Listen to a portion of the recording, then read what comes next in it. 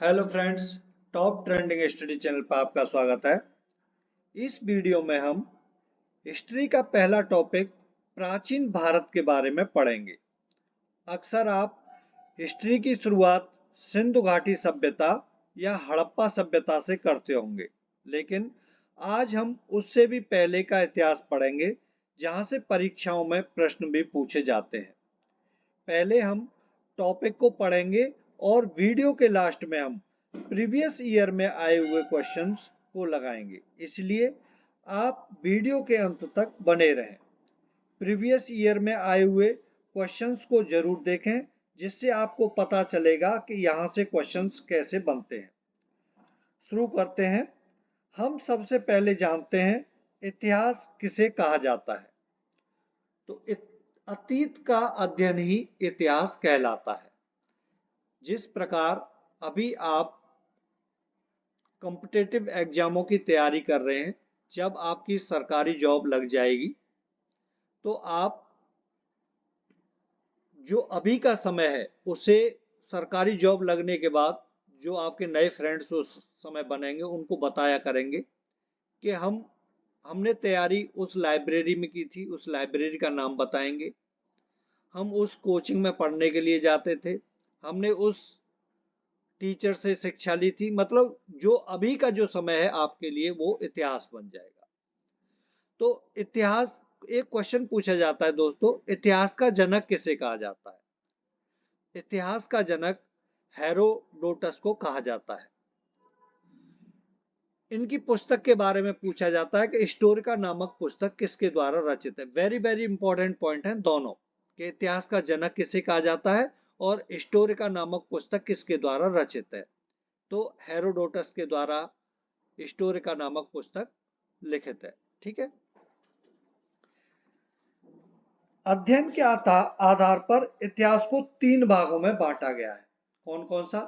प्रागैतिहासिक काल, आद्य ऐतिहासिक काल और ऐतिहासिक काल। जो हम प्राचीन भारत का इतिहास, मध्यकालीन भारत का इतिहास और आधुनिक भारत का इतिहास पढ़ते हैं, वो ऐतिहासिक काल के अंतर्गत आता है। लेकिन इससे पहले जो आद्य ऐतिहासिक काल है उसके अंतर्गत हम हड़प्पा और सिंधु सभ्यता के बारे में पढ़ते हैं। प्रागैतिहासिक काल के अंतर्गत हम पाषाण काल को पढ़ते हैं।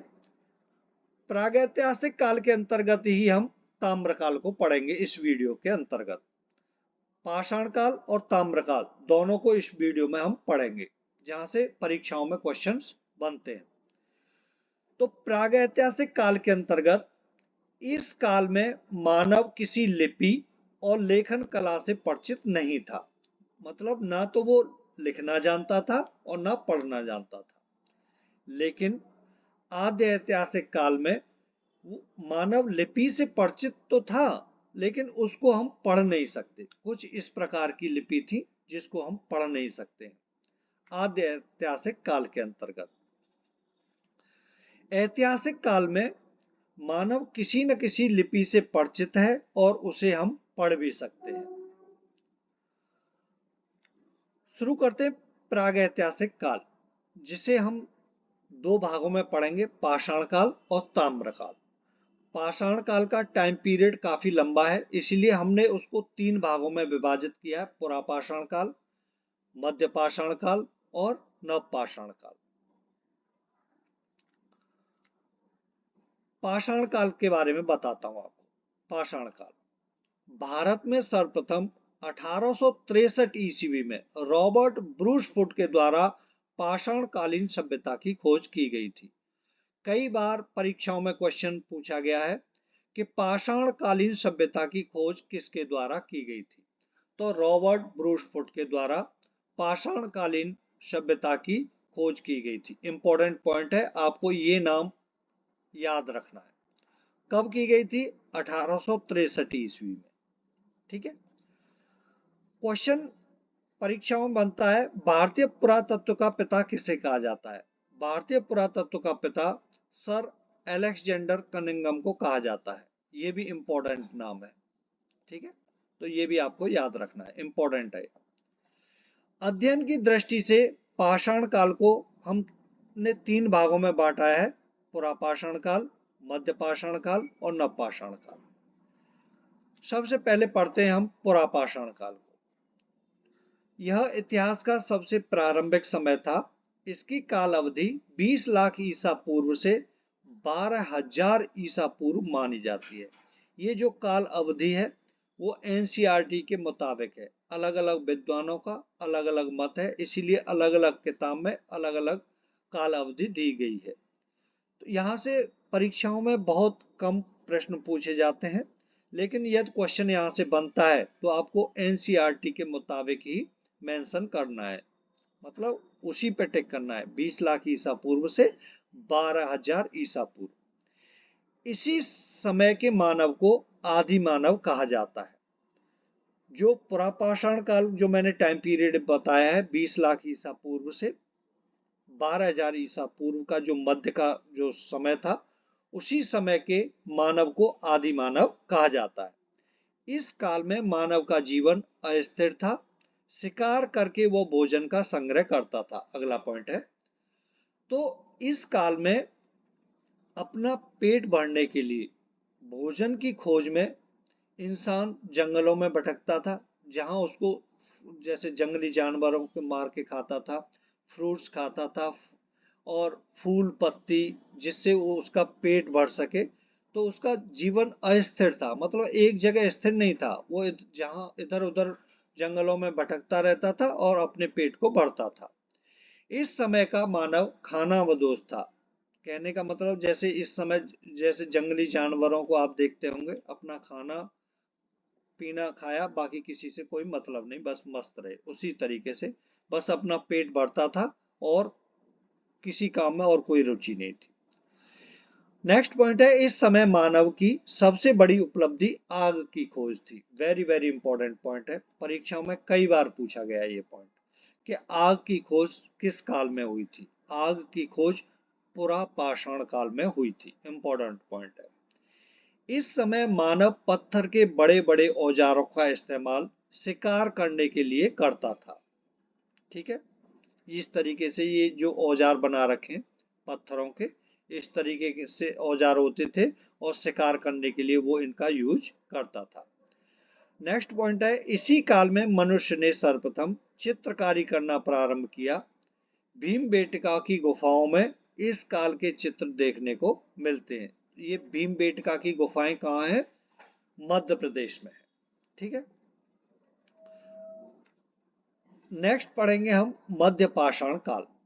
तो मध्य पाषाण काल, पुरापाषाण काल और नव पाषाण काल के मध्य के समय को ही हम मध्य पाषाण काल कहते हैं। इसकी काल अवधि 12,000 ईसा पूर्व से 10,000 ईसा पूर्व मानी जाती है। इस काल में मनुष्य ने पशुपालन आरंभ कर दिया था। पशुपालन आरंभ कर दिया था। इंपॉर्टेंट पॉइंट है। क्वेश्चन बनता है कि मनुष्य ने पशुपालन करना किस काल में आरंभ किया था? तो मध्य पाषाण काल में। इस समय के मानव ने छोटे और नुकीले हथियारों का प्रयोग करना शुरू कर दिया। छोटे हथियारों को माइक्रोलिथ कहा जाता है। ये इंपॉर्टेंट वर्ड है, माइक्रोलिथ, आपको ध्यान रखना है। क्वेश्चन किस तरीके से बना मैं आपको वीडियो के लास्ट में बताऊंगा। प्रीवियस ईयर में ये क्वेश्चन पूछा गया है कई बार। ठीक है, नेक्स्ट पॉइंट है, मनुष्य द्वारा पाला गया सबसे पहला जानवर कुत्ता था। इंपॉर्टेंट है, मनुष्य द्वारा पाला गया सबसे पहला जानवर कौन सा था? क्वेश्चन कई बार परीक्षाओं में पूछा गया है, तो कुत्ता था। ठीक है, नेक्स्ट है नव पाषाण काल। मध्य पाषाण काल के बाद नव पाषाण काल का आरंभ होता है। तो इसकी जो काल अवधि है वो 10,000 ईसा पूर्व से 3,000 ईसा पूर्व मानी जाती है। इसी काल में मानव ने स्थायी आवास बना लिया। इस समय मनुष्य ने कृषि करना प्रारंभ कर दिया और साथ में विधिवत पशुपालन भी शुरू कर दिया था। यदि मनुष्य ने जहां वो खुद रहने लगा वहीं कृषि करना प्रारंभ कर दिया, तो उसे अब भोजन के लिए जंगलों में भटकना नहीं पड़ता था, इसलिए वो क्या एक स्थायी आवास बना करके रहने लगा। और कृषि भी नवपाषाण काल में उन्होंने मनुष्य ने शुरू कर दी थी। क्वेश्चन पूछा जाता है किस काल में कृषि करना मनुष्य ने आरंभ किया था, तो नवपाषाण काल में। ठीक है, पहिए की खोज भी मनुष्य ने इसी साल में की थी। वेरी इंपॉर्टेंट है दोस्तों, ये वेरी वेरी इंपॉर्टेंट है क्वेश्चन, ये पॉइंट है जो पूछा जाता है, कई बार क्वेश्चन पूछा गया है कि पहिए की खोज मनुष्य ने किस काल में की थी, तो नवपाषाण काल में पहिए की खोज की थी। ताम्रपाषाण काल मतलब छोटा काल है, इसमें क्या है, मनुष्य ने तांबे की खोज की थी, ये इंपॉर्टेंट है, ध्यान रखना आपको, तांबे की खोज की थी। तो नवपाषाण काल के आखिरी समय में ही ताम्र पाषाण युग की शुरुआत हुई थी और इसी समय में मानव ने तांबे की खोज कर ली थी। इस काल में मनुष्य ने पत्थरों के साथ तांबे के उपकरणों का प्रयोग करना शुरू कर दिया था। ठीक है, इतना ही है बस ताम्र पाषाण काल। कुछ महत्वपूर्ण इंपॉर्टेंट जितने भी पॉइंट हैं इससे संबंधित जो परीक्षा में बहुत पूछे जाते हैं, उसको मैं एक तरीके से रिवाइज और नए पॉइंट मैंने भी इसमें जोड़े हैं, तो उनको भी बता देता हूं, जो जो क्वेश्चन सभी बनते हैं। तो सबसे पहले मनुष्य ने कौन सा पालतू जानवर पाला था, कुत्ता, याद रखना है, ये वेरी वेरी इंपॉर्टेंट है। ठीक है, कुत्ता पाला था। सबसे पहले मनुष्य ने कौन सी धातु की खोज की थी, तांबे की। डायरेक्ट क्वेश्चन पूछे जाते हैं दोनों क्वेश्चन, वेरी वेरी इंपॉर्टेंट है। सबसे पहले मनुष्य ने जौ और गेहूं की खेती की थी, इसकी शुरुआत सबसे पहले किसकी खेती की थी, जौ और गेहूं की। वेरी इंपॉर्टेंट है, ये भी पूछा जाता है, कई बार परीक्षाओं में आया है।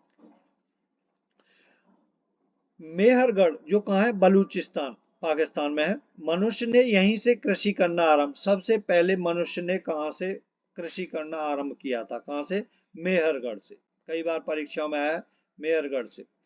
बुर्ज होम जो कश्मीर के अंदर है, यहाँ पर मनुष्य जमीन के अंदर गड्ढा बनाकर, जो गर्त, जैसे हम गर्तावास बोलते हैं, में रहता था और यहीं पर ही मनुष्य के साथ कुत्ते को दफनाए जाने का प्रमाण मिले।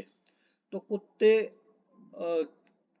जो मनुष्य के साथ कुत्ते को दफनाए गए जो प्रमाण मिले हैं, वो कहाँ मिले हैं, बुर्ज होम कश्मीर में, ध्यान रखना है आपको।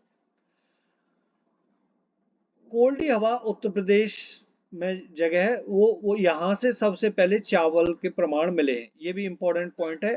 क्वेश्चन आपसे पूछा जाता है कि चावल के प्रमाण सबसे पहले कहाँ से मिले थे, तो कोल्डी हवा उत्तर प्रदेश में। ठीक है, और भीमबेटका की जो गुफाएं हैं वो मध्य प्रदेश में है। भीमबेटका की गुफाओं में मनुष्य द्वारा बनाए गए सबसे पहले जो शैल चित्रों का प्रमाण मिलता है। ठीक दोस्तों, प्रीवियस में आए हुए क्वेश्चंस को डिस्कस करते हैं, किस तरीके से क्वेश्चन पूछे गए हैं। तो भारतीय पुरातत्व का पिता किसे कहा जाता है, ये क्वेश्चन बना है, कई बार क्वेश्चन पूछा गया है। तो अलेक्जेंडर कनिंघम को भारतीय पुरातत्व का पिता कहा जाता है। इतिहास का जनक किसे कहा जाता है, किसे कहा जाता है, हेरोडोटस को इतिहास का जनक कहा जाता है। मानव द्वारा पाला गया प्रथम जानवर कौन सा था, तो कौन सा था, कुत्ता था। किस काल को माइक्रोलिथ कहा जाता है, मैंने बताया था, ये क्वेश्चन प्रीवियस ईयर में आया हुआ है कि किस काल को माइक्रोलिथ कहा जाता है, तो किसको, मध्य पाषाण काल को माइक्रोलिथ कहा जाता है। नेक्स्ट क्वेश्चन है, मानव द्वारा खोजी गई सबसे पहली धातु कौन सी थी, तो कौन सी थी, तांबा थी। मानव द्वारा खोजी गई सबसे पहली धातु तांबा थी, बी ऑप्शन सही हो जाएगा। नेक्स्ट क्वेश्चन है, निम्नलिखित में से किस काल खंड में मानव ने सर्वाधिक जीवन बिताया, तो किसमें, पुरापाषाण काल में। ठीक है, ये क्वेश्चन प्रीवियस रेलवे में आया था, ये क्वेश्चन, और कई बार आया है रेलवे में। नेक्स्ट है, सबसे पहले कृषि के प्रमाण कहाँ से देखने को मिलते हैं, तो कहाँ से, मेहरगढ़ से मिलते हैं। ठीक है, मेहरगढ़। सबसे पहले चावल के साक्ष्य कहाँ पर देखने को मिले, तो चावल के साक्ष्य कहाँ मिले, कोल्डी हवा उत्तर प्रदेश में। ठीक है, नेक्स्ट है, आग का आविष्कार किस काल में हुआ था, आग का आविष्कार किस काल में हुआ था, किसमें हुआ था, पुरापाषाण काल में। पहिए का आविष्कार किस काल में हुआ था, ये हुआ था नवपाषाण काल में। ठीक है, नेक्स्ट है, thank you for watching this video. नमस्कार।